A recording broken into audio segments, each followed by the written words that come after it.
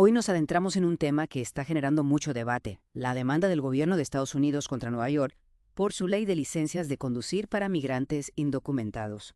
Un tema complejo con muchas aristas. Sin duda. Y esta demanda se enmarca en una estrategia más amplia de la administración Trump, ¿no? Contra las llamadas ciudades santuario. Exacto. Y esa situación, claro, nos pone frente a un dilema con varias perspectivas, ¿verdad? La del gobierno federal, la de Nueva York y, por supuesto, la de los migrantes. ¿Cómo desenredamos este nudo? Bueno, lo interesante es que esta demanda nos lleva al centro de una tensión histórica en Estados Unidos. A ver, cuéntame un poco más. ¿Cómo se conecta esta demanda con esa tensión histórica? El tira y afloja entre el poder federal y la autonomía de los estados. Entiendo. La Constitución le da al gobierno federal autoridad sobre inmigración, pero los estados también tienen derecho a legislar sobre asuntos locales. Y aquí, la ley de Nueva York choca con las políticas migratorias federales. Ya veo, como si cada uno jugara con sus propias reglas. Exactamente.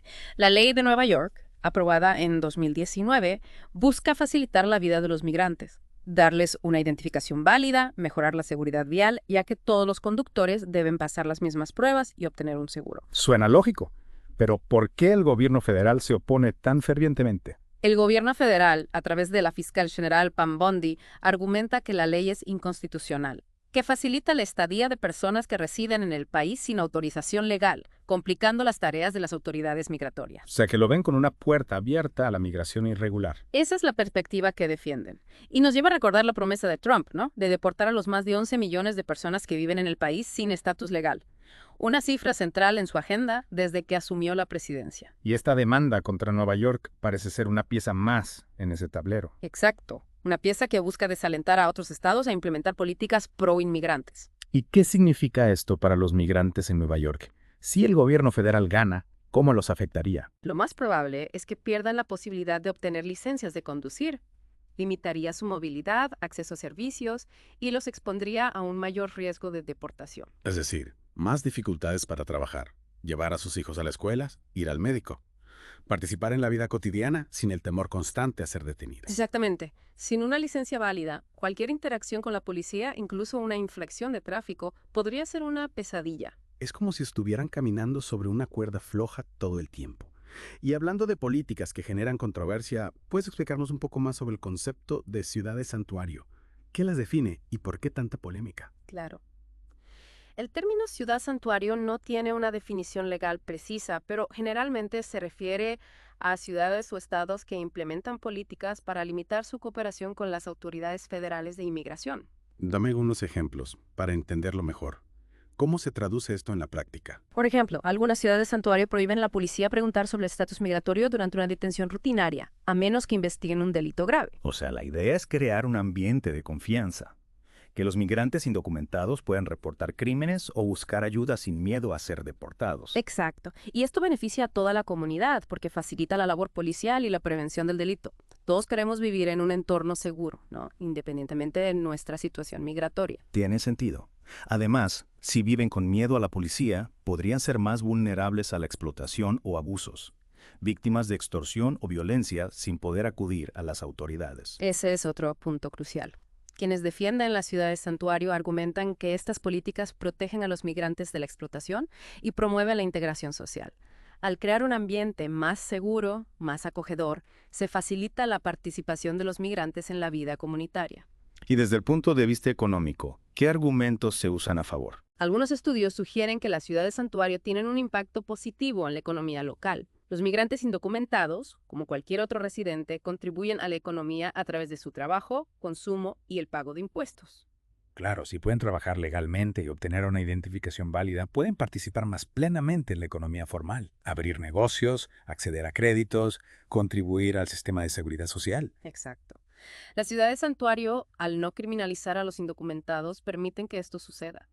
Y esto genera beneficios para todos, no solo para los migrantes. Entonces, desde esta perspectiva, las ciudades santuario no solo son una cuestión de derechos humanos, sino también de desarrollo económico.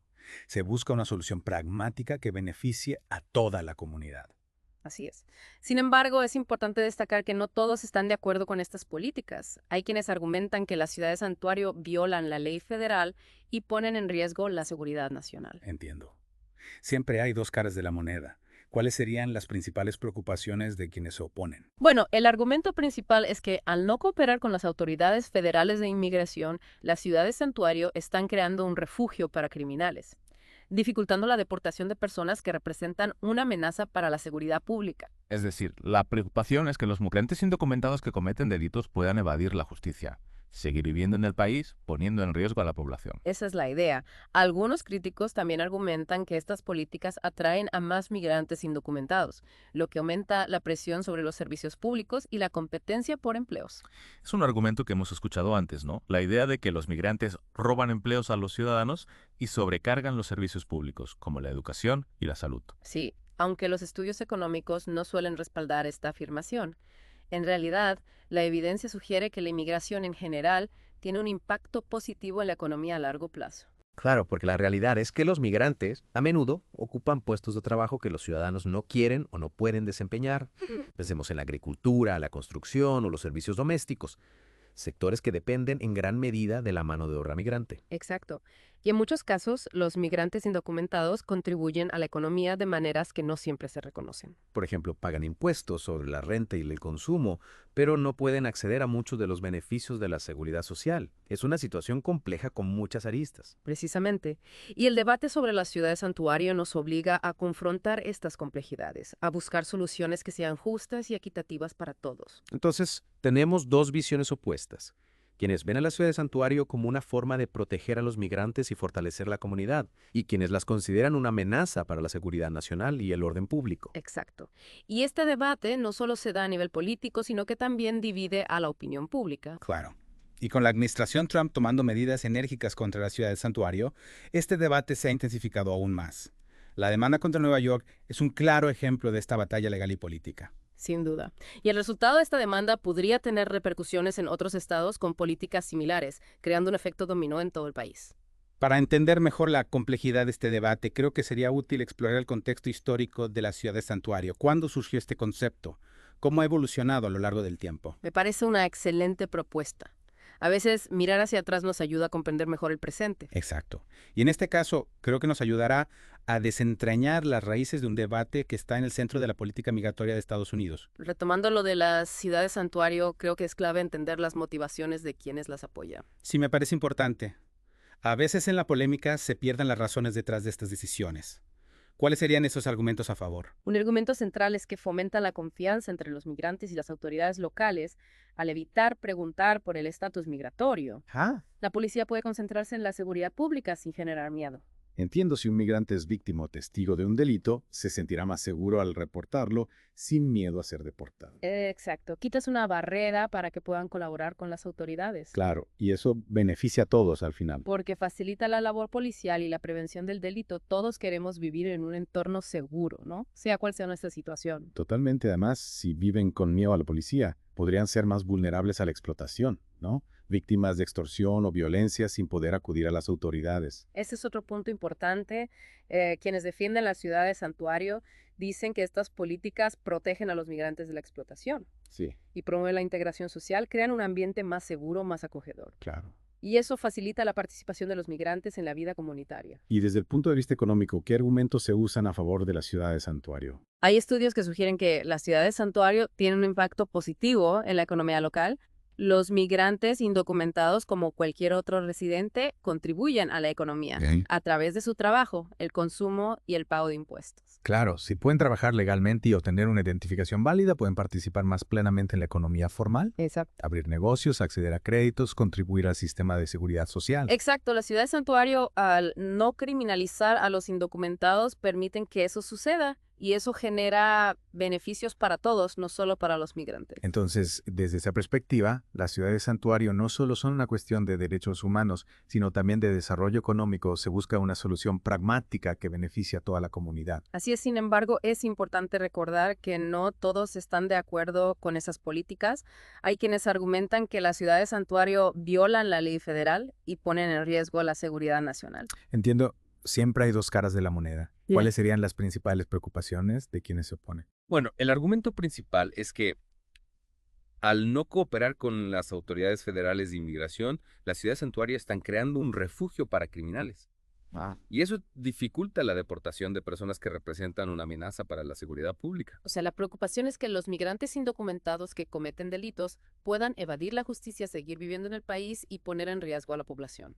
Esa es la idea. Algunos críticos también argumentan que estas políticas atraen a más migrantes indocumentados, aumentando la presión sobre los servicios públicos y la competencia por empleos. Es un argumento que hemos escuchado antes, ¿no? La idea de que los migrantes roban empleos a los ciudadanos y sobrecargan los servicios públicos como la educación y la salud. Sí, aunque los estudios económicos no suelen respaldar esta afirmación, la evidencia sugiere que la inmigración en general tiene un impacto positivo en la economía a largo plazo. Claro, porque la realidad es que los migrantes, a menudo, ocupan puestos de trabajo que los ciudadanos no quieren o no pueden desempeñar. Pensemos en la agricultura, la construcción o los servicios domésticos, sectores que dependen en gran medida de la mano de obra migrante. Exacto, en muchos casos los migrantes indocumentados contribuyen a la economía de maneras que no siempre se reconocen. Por ejemplo, pagan impuestos sobre la renta y el consumo, pero no pueden acceder a muchos de los beneficios de la seguridad social. Es una situación compleja con muchas aristas. Precisamente, y el debate sobre la ciudad de santuario nos obliga a confrontar estas complejidades y a buscar soluciones que sean justas y equitativas para todos. Entonces tenemos dos visiones opuestas, quienes ven a la ciudad de santuario como una forma de proteger a los migrantes y fortalecer la comunidad, y quienes las consideran una amenaza para la seguridad nacional y el orden público. Exacto, y este debate no solo se da a nivel político, sino que también divide a la opinión pública. Claro, y con la administración Trump tomando medidas enérgicas contra la ciudad de santuario, este debate se ha intensificado aún más. La demanda contra Nueva York es un claro ejemplo de esta batalla legal y política. Sin duda, y el resultado de esa demanda podría tener repercusiones en otros estados con políticas similares, creando un efecto dominó en todo el país. Para entender mejor la complejidad de este debate, creo que sería útil explorar el contexto histórico de la ciudad de santuario. ¿Cuándo surgió este concepto? ¿Cómo ha evolucionado a lo largo del tiempo? Y me parece una excelente propuesta. A veces mirar hacia atrás nos ayuda a comprender mejor el presente. Exacto, y en este caso creo que nos ayudará a desentrañar las raíces de un debate que está en el centro de la política migratoria de Estados Unidos. El concepto de ciudad de santuario surge en la década de 1980. No es un debate nuevo entonces. Para nada. En esa época, muchas iglesias en Estados Unidos comenzaron a ofrecer refugio a centroamericanos que huían de la violencia y la persecución en sus países. Guerras civiles, dictaduras. La situación en Centroamérica era crítica. Es curioso cómo un movimiento impulsado por la compasión y la solidaridad se convierte en un tema tan polarizante hoy en día. Totalmente. Estas iglesias, inspiradas por su fe, su compromiso con los derechos humanos, brindaron protección a quienes buscaban asilo, en un momento en que las políticas migratorias de Estados Unidos eran cada vez más restrictivas. Es como si hubieran plantado una semilla de resistencia frente a la injusticia. Sí, y esa semilla germinó en lo que hoy conocemos como ciudades santuario. Con el tiempo, algunas ciudades adoptaron políticas similares, negándose a cooperar con las autoridades federales de inmigración. En casos que consideraban injustos o discriminatorios. Entonces, las ciudades santuario no son un fenómeno repentino. Tienen raíces profundas en la historia social y política de Estados Unidos. Exactamente. Y a lo largo de las décadas, este movimiento ha experimentado altibajos, ¿no? Dependiendo del clima político, las prioridades de cada administración. Recordemos que en las últimas décadas hemos visto diferentes enfoques hacia la inmigración, desde la mano dura hasta la búsqueda de caminos hacia la legalización. Es como un péndulo que oscila entre la inclusión y la exclusión. Una imagen muy acertada. Y esas fluctuaciones políticas han influido en la forma en que se perciben. Claro. Y se implementan las políticas de ciudad de santuario. Lo que me parece interesante es que este debate nos lleva a reflexionar sobre la relación entre el gobierno federal y los estados. ¿Hasta qué punto los estados tienen la autonomía para desafiar las políticas federales? Es una pregunta clave en el sistema político de Estados Unidos. Y no hay una respuesta simple. La Constitución establece un equilibrio de poderes entre el gobierno federal y los estados. Pero en la práctica, este equilibrio puede ser delicado y sujeto a diferentes interpretaciones. Y en el caso de la inmigración, este debate se vuelve aún más complejo, porque toca temas sensibles como la seguridad nacional, los derechos humanos, la identidad nacional. Como una madeja de hilos que se entrelazan y se enredan. Sin duda. Y la demanda del gobierno federal contra Nueva York es un claro ejemplo de esta tensión. El gobierno federal argumenta que la ley de Nueva York, que permite a los indocumentados obtener licencias de conducir, interfiere con su capacidad para hacer cumplir las leyes de inmigración. Es como si el gobierno federal dijera, Nosotros mandamos en este tema y los estados deben acatar nuestras directrices. Correcto. Y este argumento nos lleva a una pregunta clave. ¿Debería la seguridad nacional prevalecer sobre los derechos de los estados a implementar sus propias políticas? ¿Dónde trazamos la línea? Es una pregunta difícil, sin una respuesta fácil. Y el resultado de esta demanda podría tener implicaciones significativas para el futuro de la política migratoria en Estados Unidos. Si el gobierno federal gana este caso, podría sentar un precedente para limitar la autonomía de los estados en materia de inmigración, lo que podría tener un impacto profundo en la vida de millones de migrantes indocumentados. Absolutamente. Este caso nos obliga a reflexionar sobre el tipo de sociedad que queremos construir y cómo vamos a tratar a los más vulnerables entre nosotros. ¿Queremos ser un país que cierra sus puertas al diferente, que criminaliza al que busca una vida mejor? ¿O queremos ser una nación que abraza la diversidad y la compasión? Al final, la respuesta a esta pregunta depende de nosotros, los ciudadanos, y de nuestra capacidad para participar en un debate informado y constructivo sobre el futuro de la inmigración en nuestro país. Completamente de acuerdo. Debemos informarnos, analizar las diferentes perspectivas y comprometernos con la búsqueda de soluciones justas y humanas. Bueno, esta inversión nos ha llevado a un viaje fascinante, a través de la historia, la política y los derechos humanos. Hemos explorado la complejidad del debate sobre la ciudad de santuario, sus raíces históricas y sus implicaciones para el futuro de la política migratoria en Estados Unidos. Y aunque no tenemos todas las respuestas, espero que esta conversación nos haya inspirado a seguir aprendiendo y a participar activamente en la construcción de una sociedad más justa e inclusiva. Sin duda. Ese es el objetivo final. Y para aquellos que quieran seguir explorando este tema, les recomiendo suscribirse a nuestro canal de YouTube, el Podcast Noticiero, para obtener más análisis en profundidad sobre temas de actualidad. Excelente recomendación. Gracias por acompañarnos en esta inmersión. Hasta la próxima.